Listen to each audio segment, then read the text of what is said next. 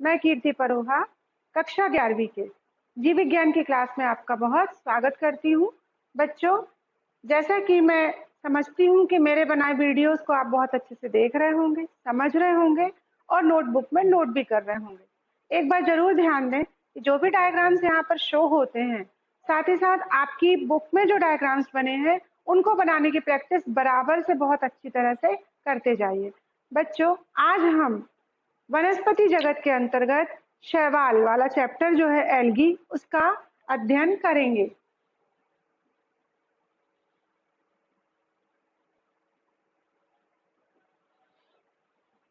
तो आज हम पढ़ेंगे वनस्पति जगत के अंतर्गत शैवाल का अध्ययन और उसका क्लासिफिकेशन। चलिए देखते हैं बच्चों। सबसे पहले अगर हम बात करें तो विटेकर के 5 जगत वर्गीकरण के बाद, जैसे कि मोनेरा, प्रोटिस्टा, फंजाई, उसके बाद प्लांट और एनिमल में वर्गीकृत किया था, तो जो प्लांट किंगडम है अर्थात जो पादप जगत है, उसको भी 2 भागों, ये मैं ब्रीफली समझा रही हूँ आपको, इसको भी 2 भागों में कर दिया। एक तो कर दिया जिन्होंने स्पोर बेयरिंग थे यानी जो बीजाणु धारण करते थे, और दूसरा कर दिया सीड बेयरिंग प्लांट मतलब जो बीज धारण करते थे, बीजाणु और बीज। अब जो स्पोर बेयरिंग प्लांट्स थे जो बीजाणु धारण करते थे, उसके अंतर्गत उन्होंने रखा एल्गी, मोसेस और लेवरवर्ट्स जिसका अध्ययन हम आगे करेंगे यानी ब्रायोफाइट, फंस यानी कि टेरिडोफाइटा ग्रुप आ गया इसमें। और यहाँ पर जो बीज धारण करते थे उसमें भी 2 भाग कर दिए उनने। पहला है पुष्पीय प्लांट यानी जो पुष्प धारण करते थे, यहाँ पे पुष्पीय पौधे आ गए, पुष्प धारण करने वाले प्लांट आ गए। और यहाँ पर भी आए कोनिफर्स और जिम्नोस्पर्म अर्थात अनावृत बीजी प्लांट यहाँ पर आ गए, इनको बोला गया अनावृत बीजी प्लांट। और यहाँ पर जो पुष्पीय पौधे थे उनको अगेन 2 भागों में बांट दिया गया, मोनोकोटिलिडन अर्थात एक बीज पत्री पौधे,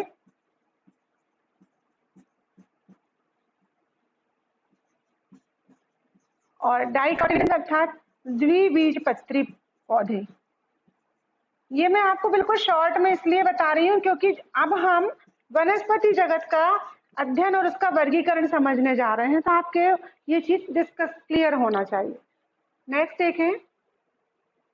अब हम आते हैं वनस्पति जगत के अंतर्गत सिंपल, जैसे जैसे जैव विकास हुआ, जैसे जैसे विकासशीलता की अवस्था पाई गई, तो पादपों में सबसे पहले शैवाल का भी विकास हुआ, जो कि शैवाल आपने देखा कहाँ कहाँ पाए जाते हैं। कहीं भी हम देखें तो जिसको आप काई बोलते हैं ना, जनरली उसको हम शैवाल का ही रूप मानते हैं। अब हम सबसे पहले शैवाल का क्लासिफिकेशन या वर्गीकरण पढ़ेंगे। आपकी एनसीईआरटी की बुक में शैवाल का वर्गीकरण 3 मेन क्लासेस में किया गया है। पहली क्लास है इसकी क्लोरोफाइसी, दूसरा क्लास है इसका थियोफाइसी और तीसरी है इसकी रोडोफाइसी।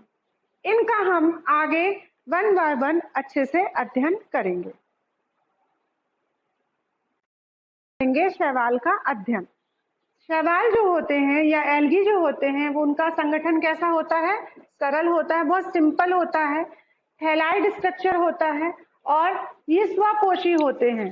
स्वपोषी यानी अपने भोजन का निर्माण स्वयं करते हैं क्योंकि इनमें क्लोरोफिल प्रेजेंट रहता है।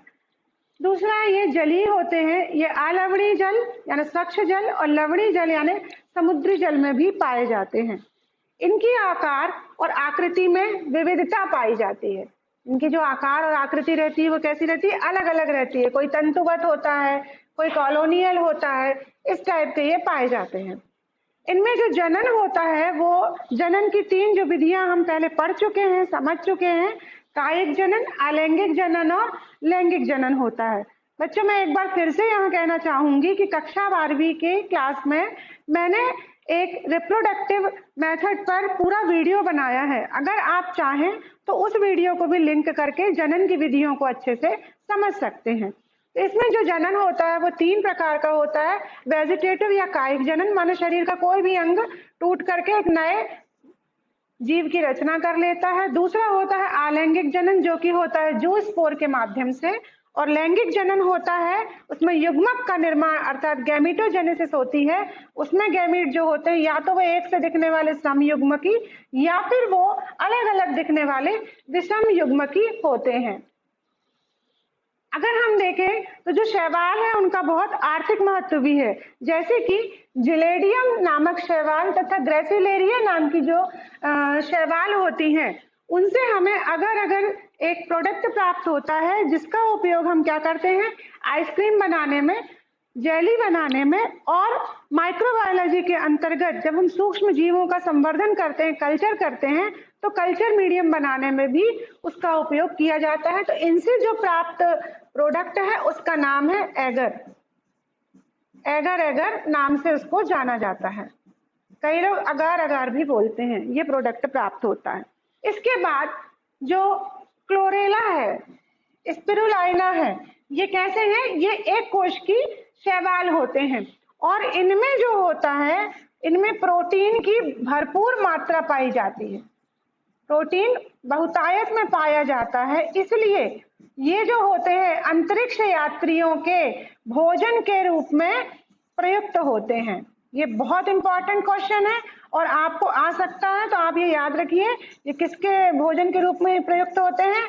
अंतरिक्ष यात्रियों के। आपको पता है ना कि अंतरिक्ष यात्री जो इतने दिनों तक वहां पर रहते हैं तो वो कैसे भोजन करते हैं, क्या प्राप्त करते हैं।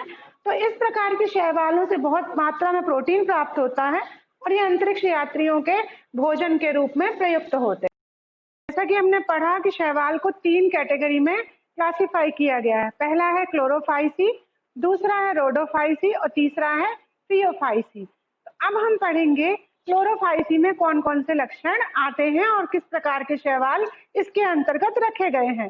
तो क्लोरोफाइसी जैसा कि नाम से स्पष्ट है, क्लोरो अर्थात क्लोरोप्लास्ट की उपस्थिति, और क्लोरोप्लास्ट जहां है वो पौधे कैसे हो जाएंगे? स्वपोषी हो जाएंगे। तो ये प्रायः हरे शैवाल माने जाते हैं और कैसे होते हैं? स्वपोषी होते हैं। ये हमको हमेशा याद रखना, इसको भूलिएगा नहीं आप। कुछ जो विज्ञान है, बायो है, वो पूरा कॉन्सेप्चुअल है, कॉन्सेप्ट पे है। यदि आपने इसके टर्मिनोलॉजी बहुत अच्छे से याद रखी तो आप ये कभी नहीं भूल पाओगे। दूसरा, ये एक कोश की भी हो सकते हैं, कॉलोनियल हो सकते हैं, मतलब बहुत सारे ग्रुप में कॉलोनी बना के रह सकते हैं, और तंतुमयी अर्थात फिलामेंटस स्ट्रक्चर भी इनका हो सकता है। क्योंकि इनमें क्लोरोप्लास्ट पाया जाता है तो क्लोरोप्लास्ट में इनके पायरिनाइड पाया जाता है। पायरिनाइड जो होता है वो एक प्रकार का स्टार्च होता है। अगेन इसमें जो रिप्रोडक्शन मेथड होती है वो कायिक अर्थात वेजिटेटिव रिप्रोडक्शन, अलैंगिक अर्थात एसेक्सुअल रिप्रोडक्शन और लैंगिक अर्थात सेक्सुअल रिप्रोडक्शन पाया जाता है। इसके उदाहरण है बॉल बॉक्स, यूलोथ्रिक्स और क्लेमाइडोमोनास। ये सारे बहुत आर्थिक महत्व के जीव हैं। अब हम देखें इसका स्ट्रक्चर। तो ये है बॉल बॉक्स, अर्थात यहाँ पर पूरे बॉक्स एक गोल गेंद की तरह दिखाई दे रहे हैं। तंतुमय स्ट्रक्चर में अगर हम देखें तो ये है यूलोथ्रिक्स, इसमें तंतुमय स्ट्रक्चर दिखाई दे रहा। तो ये थे हमारे क्लोरोफाइसी ग्रुप के सदस्य। नेक्स्ट देखते हैं दूसरा क्लासिफिकेशन में दूसरा स्टेप क्या है। तो दूसरा है वर्गीकरण में फियोफाइसी अर्थात भूरे शैवाल। ये ब्राउन एल्गी कहलाते हैं। ये क्या है? मुख्यतया समुद्री आवास में पाए जाते थे, समुद्रों में पाए जाते हैं। ये सरल होते हैं, शाखित यानी ब्रांच्ड होते हैं और तंतुवत संरचना इसकी पाई जाती है। कभी कभी ये अत्यधिक सघन और शाखित हो जाते हैं, जैसे कि कैल्प, और इनकी ऊंचाई 100 मीटर तक हो जाती है। 100 मीटर तक ये ऊंचे होते हैं।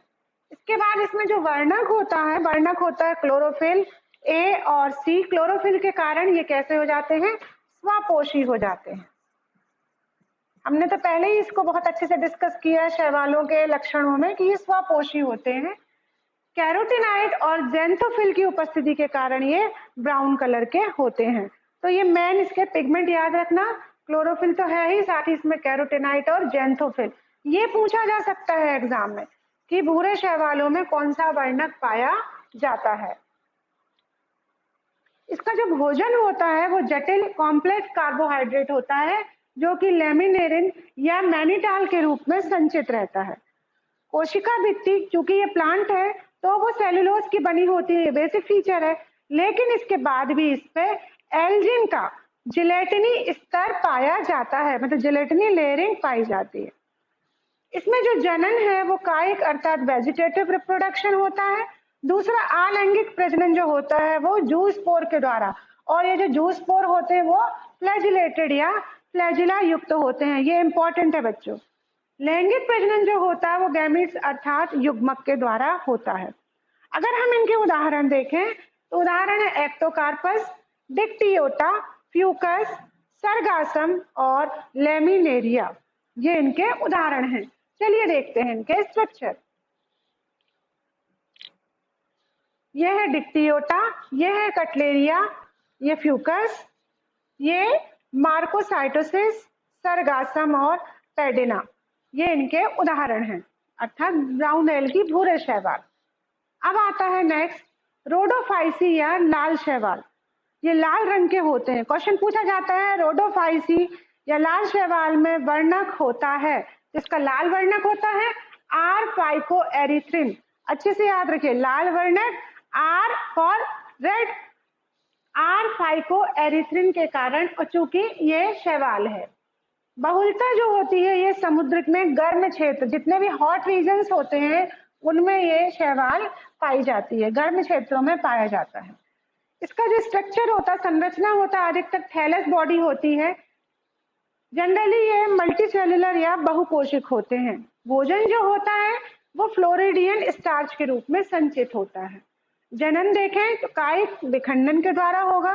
अलैंगिक जनन जो होगा वो अचल स्पोर बीजाणु के द्वारा होगा।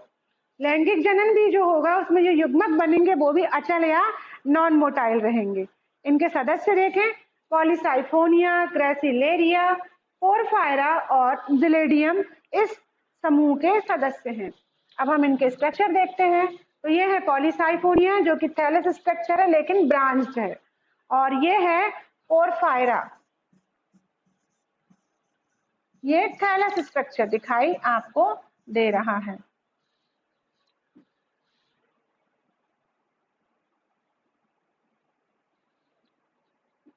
तो ये बच्चों आपको इनके बेसिक फीचर और ये पहचानते आना चाहिए, और इनके बीच बीच में जो वर्णक है कि इसमें वर्णक कौन से हैं, इसके कारण ये डिफरेंशिएट बहुत अच्छे से होते हैं। तो जब भी आप इनको याद करें तो इनमें इनके वर्णकों को जरूर याद रखें, वर्णकों के नाम और वर्णकों के प्रकार, इसके कारण आप इसको बहुत अच्छे से याद रख सकते हैं। अब हम इसको समअप करते हैं तो देखेंगे कि अंतर किस प्रकार से हम इसको समझा सकते हैं। तो इसका जो डिवीजन है, सामान्य नाम क्या है, प्रमुख वर्णक क्या है, इसमें जो संचित भोजन है वो किस प्रकार का है, कोशिका भित्ति किसकी बनी है, फ्लैजिला, अगर स्पोर में फ्लैजिला है तो क्या है और इनका आवास क्या है, इसके आधार पर हम इन शैवालों को तुलनात्मक अध्ययन कर सकते हैं, कंपैरेटिव स्टडी कर सकते हैं। तो यहाँ पर हम लिख देते हैं तुलनात्मक अध्ययन। ये आपकी एनसीईआरटी की बुक में भी ये सारणी बनी हुई है, आप चाहें तो उससे भी इसको बहुत अच्छे से समझ सकते हैं। अभी हम इसको समझेंगे।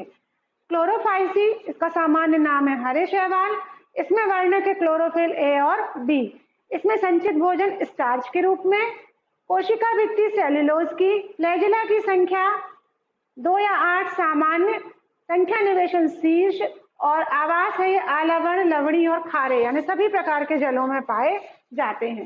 फिर देखें हम फियोफाइसी जो भूरे शैवाल है, भूरे शैवाल है क्लोरोफिल ए सी, फ्यूकोजेंथिन की उपस्थिति, संचित भोजन मैनिटॉल या लेमिनेरिन के रूप में, इसमें कोशिका भित्ति सेल्यूलोज और एल्गी की बनी हुई, असमान पार्श्वी आलवण जल बहुत कम पाए जाते हैं, खारे और लवणी जल में भी ये पाए जाते हैं। रोडोफाइसी जो है वो लाल शैवाल, इसमें क्लोरोफिल ए और डी उपस्थित, फाइकोएरिथ्रिन के कारण लाल दिखाई देता है, संचित भोजन फ्लोरिडियन स्टार्च के रूप में, कोशिका भित्ति सेल्यूलोज की, इसके जो स्पोर रहते हैं उसमें फ्लैजिला अनुपस्थित होता है, ये आलवण जल कुछ खारे जल में और कुछ लवणी जल में पाए जाते हैं। तो बच्चों ये था आपका शैवाल और उसके वर्गीकरण तथा उसके सामान्य लक्षणों का अध्ययन। मैं एक बात यहाँ कहना चाहती हूँ कि हम पीडीएफ में आपको नोट्स प्रोवाइड कर रहे हैं, लेकिन जब तक आप उस संबंधित वीडियो को अच्छे से नहीं समझेंगे, आपको वो नोट्स समझ में नहीं आएंगे। इसलिए आप सबसे पहले वीडियो को बहुत अच्छे से देखें, समझें, देन पीडीएफ से उसको नोट करें। थैंक यू बच्चों।